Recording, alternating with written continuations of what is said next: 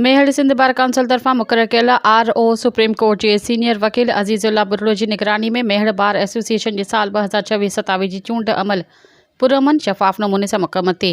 इन हवाले से वधिक तफ़सील लाइ असां सां टेलीफोन लाइन ते मौजूद है अब्दुल रसूल उर्फ फारूक अहमद। जी अब्दुल रसूल, वधिक तफ़सील खां आगाह कजो, छा तफ़सीलात आहिनि?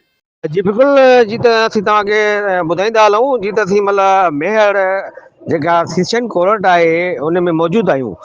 जी त सिंध बार काउंसिल तरफ़ां जेके मतिलबु तव्हां इलेक्शन जेका वकुला जी मतिलबु जेका अॼोकी तारीख़ ते रखियल हुई उन तहत जेको आहे सो सिंध बार काउंसिल तरफ़ां मुक़ररु कयल RO सुप्रीम कोर्ट जे सीनियर वकील अज़ीज़ुल्लाह बुर्रो जी निगरानी में बार एसोसिएशन जे साल 2026-27 चूंड थी गुज़री, जंहिंमें सदारती उहिदे जे लाइ पीर बख़्श जेको आहे अब्दुल रशीद बुगियो, साजिद चांडियो ऐं मुश्तबा मलक विच में मुक़ाबिलो थियो, जंहिंमें पीर बख़्श सोलंकी 29 वोट हासिल करे सदर चूंडिजी वियो, जॾहिं त जनरल सेक्रेटरी उहिदे जे लाइ शेर अली चांडियो ऐं दाद अली मक्सी विच में मुक़ाबिलो थियो, जंहिंमें दाद मोहम्मद मक्सी 44 वोट खणी कामयाबी माणी।